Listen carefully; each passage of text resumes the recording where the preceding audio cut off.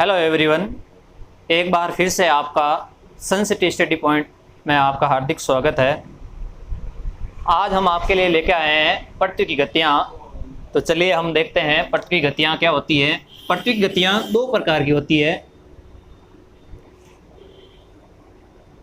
Number एक, परिभ्रमण गति, और दूसरी होती है परिक्रमण गति। परिभ्रमण को हम घूर्णन गति भी कहते हैं। पृथ्वी अपने अक्ष पे घूमती है, जबकि परिक्रमण पृथ्वी सूर्य के चारों ओर चक्कर लगाती है, कक्ष में घूमती है। अक्ष से दैनिक गति बनती है, दैनिक गति, जबकि पृथ्वी सूर्य के चारों ओर चक्कर लगाती है, वो वार्षिक गति बनती है। वार्षिक गति।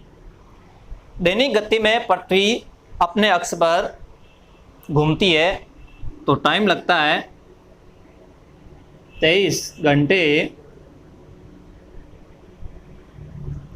56 मिनट 42 सेकंड, यानी 24 घंटे में पृथ्वी अपने अक्ष पर एक पूरा चक्कर लगाती है। जबकि परिक्रमण में पृथ्वी सूर्य के चारों ओर चक्कर लगाती है तो वो 365 डेज 5 घंटे और 46 सेकंड का टाइम लेती है, यानी 365 डेज और 6 घंटे हम बोल सकते हैं। दैनिक गति से क्या होता है, पृथ्वी पर दिन रात होते हैं। क्या होते हैं? दिन रात होते हैं। जबकि वार्षिक गति या परिक्रमण गति से ऋतुएं बदलती है। ऋतुएं बदलती है। तो चलिए परिभ्रमण गति क्या होती है उसके बारे में बता देता हूं।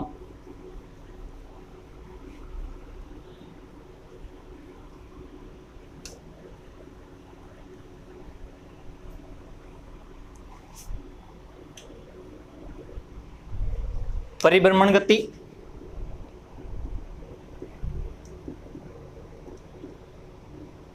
या फिर घूर्णन गति बोल सकते हैं, दैनिक गति भी बोल सकते हैं। मान लीजिए ये पृथ्वी है और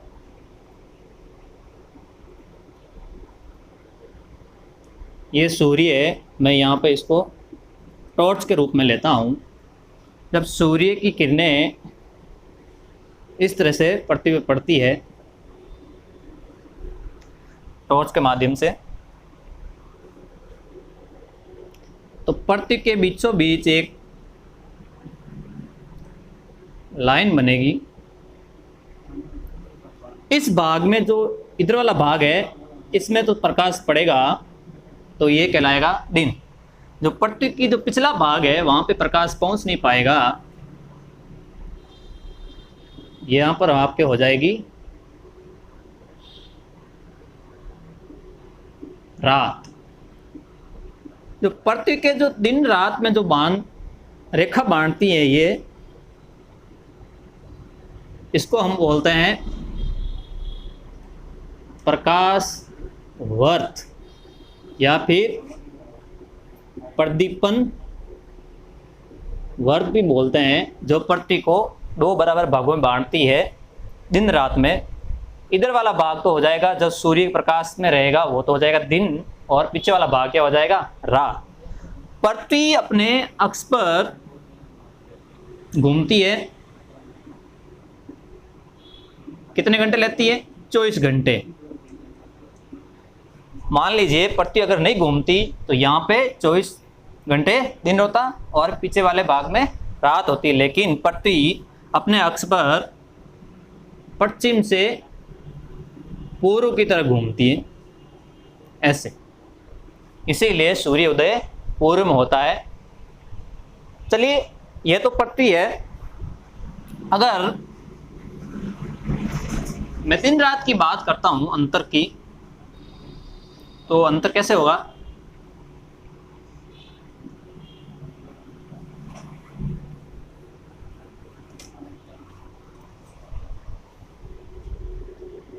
ये पृथ्वी है, ये प्रकाश वर्ष पृथ्वी को 2 बराबर भागों में बांटता है, और यहाँ से टॉर्च का जो प्रकाश आता है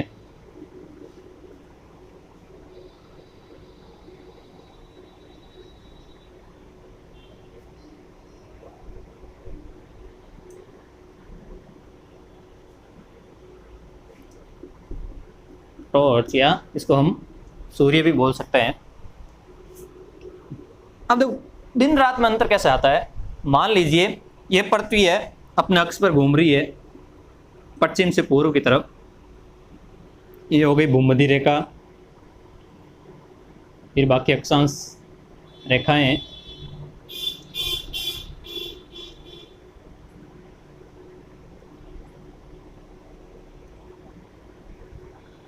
ये ली।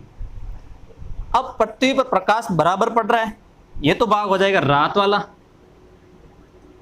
पीछे वाला भाग बताया था मैंने पहले। और अगला जो टॉर्च, जो सूर्य का प्रकाश सामने है, वो क्या हो जाएगा? दिन। अब देखिए, जो ये प्रकाश वर्त है, पृथ्वी को 2 बराबर भागों बांटता है। तो यहाँ बराबर लाइन है, यहाँ पे भी 12 घंटे की रात होगी, और यहाँ पे भी 12 घंटे का दिन। यहाँ 12 घंटे की रात, 12 घंटे का दिन, 12 घंटे की रात, 12 घंटे का दिन, 12 घंटे का रात, 12 घंटे का दिन। उसी तरह दक्षिण में भी 12 घंटे की रात और 12 घंटे का दिन होंगे। लेकिन क्या ये वास्तव में ऐसा है?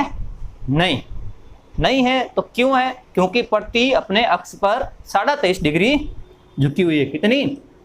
23.5 डिग्री अपने अक्ष पर झुकी हुई है। इसी के कारण दिन रात में अंतर आता है। तो कैसे अंतर आता है?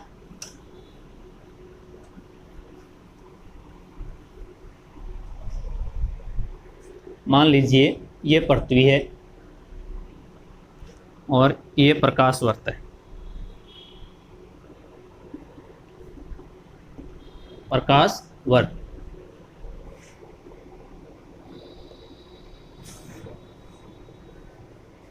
यहां से सूर्य का प्रकाश आता है,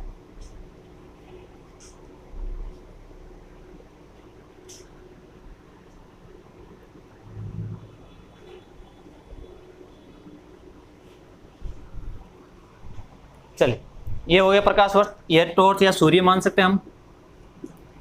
अब दिन रात में अंतर कैसे होता है? पृथ्वी क्या है? 23.5 डिग्री सूर्य की तरफ झुकी हुई है। तो मैं यहाँ मान लूँ नॉर्थ पोल यानी उत्तरी ध्रुव, और यहाँ पे हो जाएगा आपके साउथ पोल यानी दक्षिणी ध्रुव।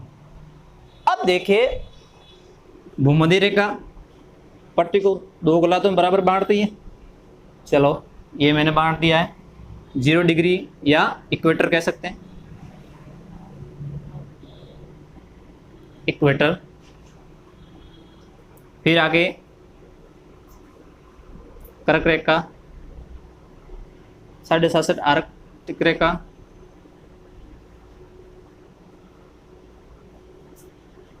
उसी तरह मकर रेखा, 67.5 अंटार्कटिका रेखा वर्त,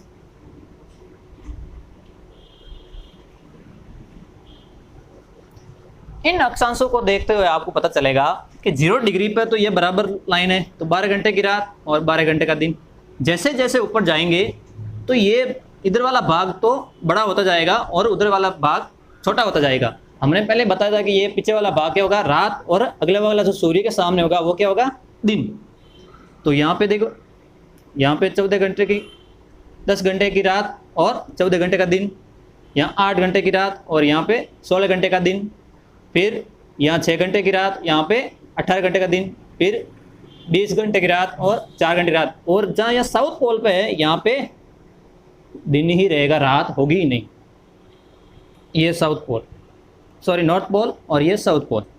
अब देखें साउथ पोल पे की तरफ जाएं दक्षिण गोलार्ध में, तो यहाँ तो 12 घंटे के है ही है।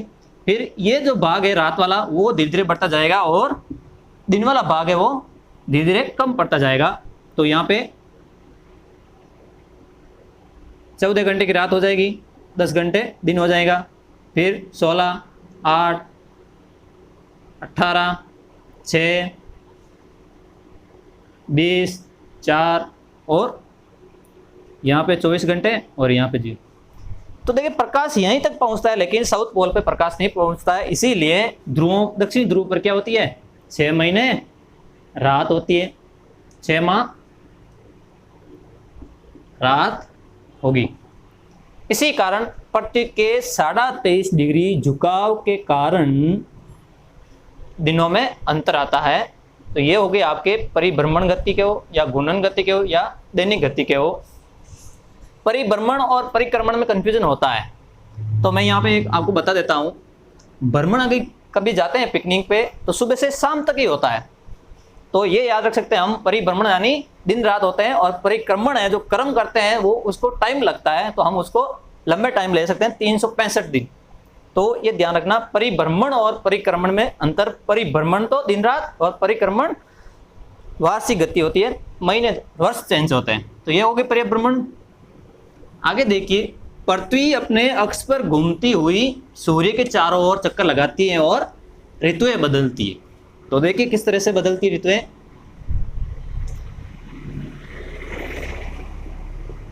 परिक्रमण गति,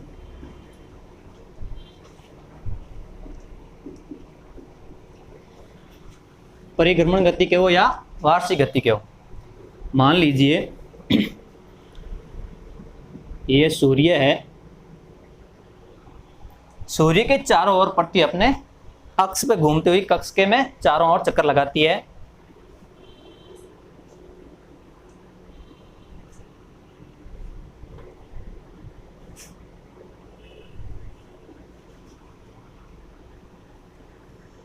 चलो पृथ्वी कैसे घूमती है, पश्चिम से पूर्व की तरफ। ये इसका पथ हो गया, कक्ष।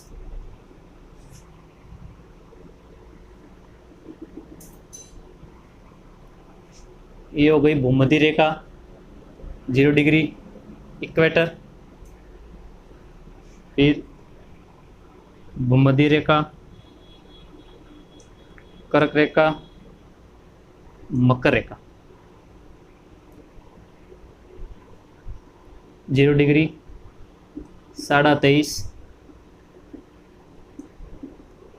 कर्क रेखा, और ये हो जाएगी मकर रेखा, ये भी 23.5 डिग्री।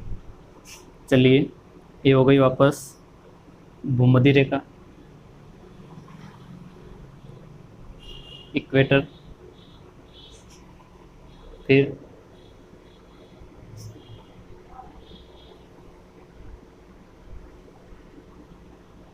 साढ़े 23 मकर रेखा, इक्वेटर 0 डिग्री और 23.5 डिग्री कर्क रेखा। North pole, south, north south pole, ये नॉर्थ हो गया, ये साउथ हो गया। इधर भी नॉर्थ हो गया और ये साउथ पोल हो गया। चलिए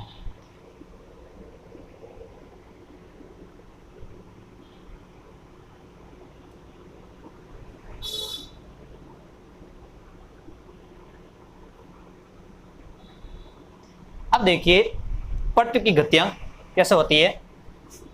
21 मार्च को पृथ्वी की सीधी किरणें कहां पड़ेगी, भूमध्य रेखा, भूमध्य रेखा पर 21 मार्च को। और इसको क्या कहेंगे हम, बसंत विषु, बसंत विषु। फिर पृथ्वी आगे बढ़ेगी पश्चिम से पूर्व की तरफ आगे बढ़ेगी तो मार्च के बाद क्या आएगा, 21 जून। 21 जून को देखिए सूर्य की किरणें कहाँ पड़ रही है, कर्क रेखा पर, तो यहाँ पे क्या होगा, ग्रीष्म काल, ग्रीष्म काल या कर्क संक्रांति भी कहते हैं। फिर पृथ्वी आगे बढ़ेगी अपने अक्ष पे घूमती हुई, यहाँ आएगी वापस, सूर्य की किरणें कहाँ आ रही है, 0 डिग्री भूमध्य रेखा पर। कब दिख रहा है सर, 23 सितंबर को। तो ये क्या होगा, शरद विषुव होगा। मैं बात करूंगा आगे विषुव क्या होता है। फिर पृथ्वी आगे अपने अक्ष पे घूमती हुई आगे बढ़ेगी और पहुंच जाएगी 22 दिसंबर। 22 दिसंबर क्या होता है, शीत, सर्दी पड़ती है तो शीतकालीन, इसको हम शीतकालीन या मकर क्रांति कहते हैं, क्योंकि सूर्य की किरणें कहाँ पड़ रही है 22 दिसंबर को, मकर रेखा पे। तो चलिए देखिए, अब भूमध्य रेखा पर जब सूर्य की किरणें पड़ेगी लंबवत, तो पृथ्वी पर क्या होंगे, दिन रात बराबर होंगे, और जो पृथ्वी के पर दिन रात बराबर होते हैं उसको क्या कहते हैं, विषुव। और साल में 2 बार ही होता है विषुव। दिख रहा है सर ऊपर, दोस्त इधर लिख देता हूं, कब होते हैं, 21 मार्च को और 23 सितंबर को पृथ्वी पर। वर्ष में 2 महीने आते हैं, 21 मार्च और सितंबर, 2 डेट है, 21 मार्च और 23 सितंबर को पृथ्वी पर दिन रात क्या होंगे, बराबर होंगे, बाकी कम होते रहेंगे, हम बताया था पहले। तो 21 जून को जब सूर्य की किरणें सीधी कहाँ पड़ेगी, कर्क रेखा पे, तो ग्रीष्मकालीन, और वापस सितंबर में पृथ्वी कहाँ आ जाएगी, सूर्य की किरणें सीधी भूमध्य रेखा पड़ेगी, तो वो शरद विषुव। फिर आगे पृथ्वी बढ़ेगी और दिसंबर महीने में सूर्य की किरणें कहाँ पड़ रहेगी, मकर रेखा में। तो देखिए मकर रेखा और कर्क रेखा में देखो, जब सूर्य की यहाँ किरणें कर्क रेखा पर पड़ेगी तो उत्तरी गोलार्ध में सबसे बड़ा दिन होगा, सबसे बड़ा दिन होगा, और उत्तरी गोलार्ध में सबसे छोटी रात होगी। क्वेश्चन आ जाए, उत्तरी गोलार्ध में सबसे बड़ा दिन कब होता है, तो 21 जून को, और रात उसी दिन बड़ा हो जाएगा तो रात छोटी हो जाएगी। अब देखिए वापस मकर रेखा पे सूर्य चला जाएगा, तब पृथ्वी पर दिन रात में क्या होगा, तो यहाँ पे दक्षिण में अगर सूर्य चमकेगा तो यहाँ पे दिन कौन सा सबसे बड़ा दिन होगा, 22 दिसंबर को सबसे बड़ा दिन,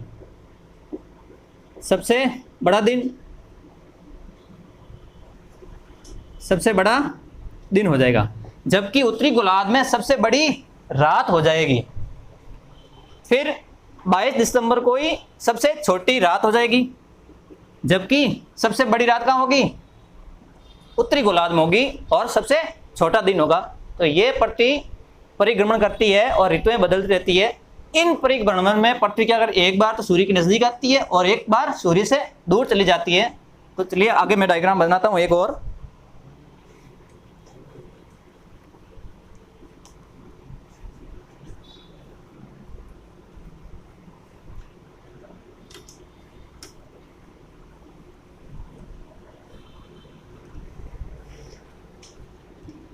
जब पृथ्वी सूर्य के चारों ओर चक्कर लगाती है तो एक बार नजदीक आती है और एक बार दूर जाती है।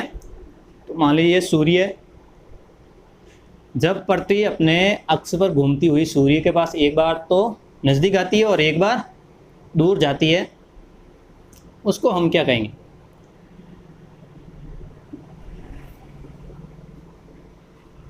ये पृथ्वी है, अर्थ,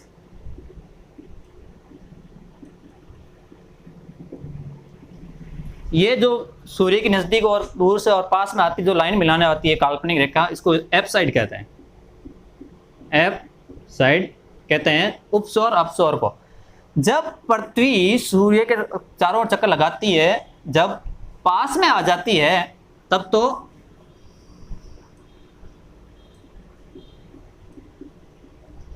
उपसौर, और जब पृथ्वी सूर्य के चारों ओर चक्कर लगाती दूर चली जाती है उसको कहते हैं अपसौर।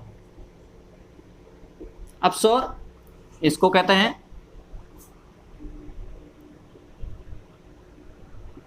पेरी हेलियन और इसको कहते हैं अपहेलियन। अपहेलियन और पेरीहेलियन। कब होता है अपसोर? अपसोर होता है 4 जुलाई को। जब 4 जुलाई को पृथ्वी सूर्य से सबसे अधिक दूर होगी, कितने किलोमीटर? तो 15.20 करोड़ किलोमीटर। इसको हम 152 मिलियन भी बोल सकते हैं। और अपसोर 3 जनवरी को होगी और सूर्य से कितनी दूरी होगी? 14.70 करोड़ किलोमीटर। इसको हम 147 मिलियन भी बोल सकते हैं।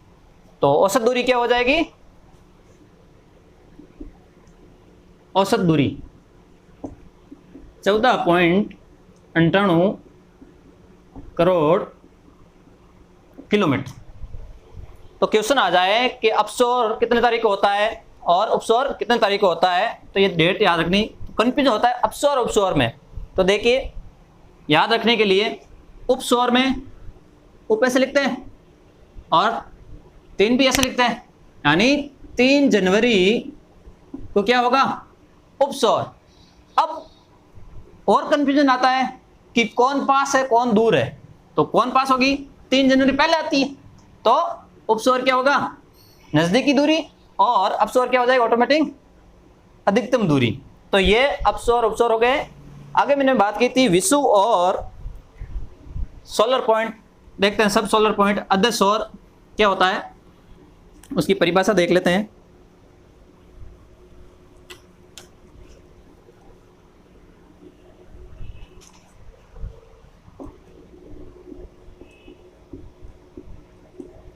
विषुव क्या होता है? मैंने बताया था पहले, वर्ष में 2 बार ही विषुव होता है। कब? एक तो 21 मार्च को और दूसरा 23 सितंबर को। क्योंकि उस दिन सूर्य की किरणें जब भूमध्य रेखा पे पड़ती है तो पृथ्वी पर दिन रात क्या होते हैं? बराबर होते हैं। उसी को क्या कहते हैं? विषुव कहते हैं। ठीक है, आगे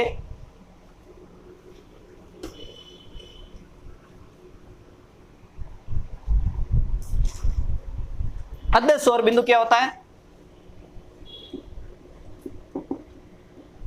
अर्ध सौर बिंदु सब सोलर पॉइंट, ये क्या होता है?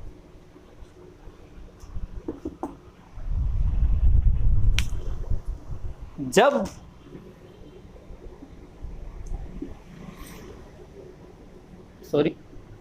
जब पृथ्वी किसी बिंदु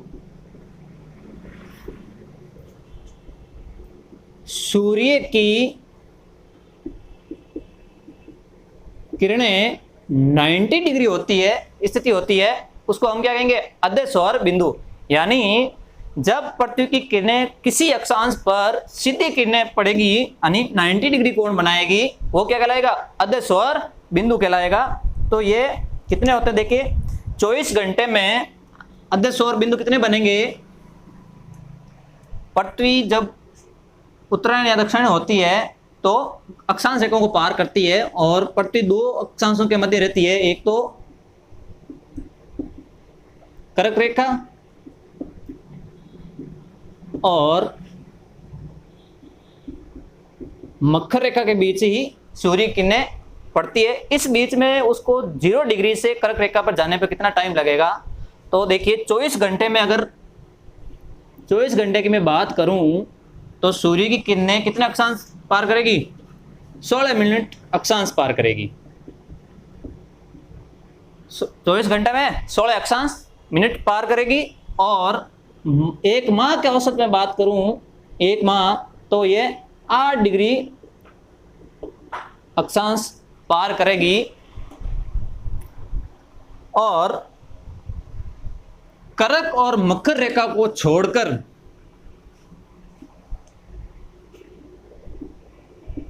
कर्क रेखा और मकर रेखा को छोड़कर जितने भी बीच में मध्य जो अक्षांश आते हैं 0 से लेके 23, 23.5 से 23.5 उत्तर में कर्क रेखा हो गई। 0 से 23.5 के जो बीच में जो अक्षांश आते हैं और मकर रेखा पे 0 से लेके 23.5 के जो बीच में अक्षांश आते हैं उनके मध्य 2 बार अद्य सौर बनता है, सब सोलर पॉइंट। कितनी बार? 2 बार सब सोलर पॉइंट बनता है। तो 6 माह में कितने बनेंगे लगभग? सॉरी, एक कर्क रेखा की तरफ कितने बनेंगे? 6 माह बनेंगे, यानी 183 दिन सब सोलर पॉइंट बनेंगे। यानी 0 डिग्री से कर्क रेखा पर सूर्य की जाने में कितने टाइम लग जाएगा? 123 दिन, यानी 6 माह। इसीलिए हम कहते हैं 6 महीने ध्रुव पे रात और दक्षिण ध्रुव पे रात या दिन होते हैं, तो वो इस सब सोलर पॉइंट के कारण ही होती है। और जब ये जिस अक्षांश पर ये इसकी छाया पड़ेगी 90 डिग्री, उस जगह पर सूर्य की किरणें पड़ेगी, तो वहां पे छाया क्या होगी? शून्य होगी। क्या होगी? शून्य होगी। यानी मान लीजिए सूर्य की किरणें मेरे सर पे पड़ रही है, तो मेरी छाया कहाँ 90 डिग्री पड़ रही है, तो छाया मेरे पैरों में दब जाएगी, यानी छाया दाएं बाएं नहीं पड़ेगी। तो उसको क्या कहते हैं? शून्य छाया दिवस कहते हैं। यानी जिस अक्षांश पर सूर्य की 90 डिग्री किरणें पड़ेगी तो वहां की शून्य छाया क्षेत्र होगा। तो आज की क्लास यहीं समाप्त करते हैं। आई होप आपको समझ में आया होगा। अगर समझ में नहीं आया तो आप कमेंट बॉक्स में लिख सकते हैं, और चैनल को सनसिटी स्टडी पॉइंट को आप सब्सक्राइब करें, लाइक करें और अपने दोस्तों को शेयर करें। धन्यवाद।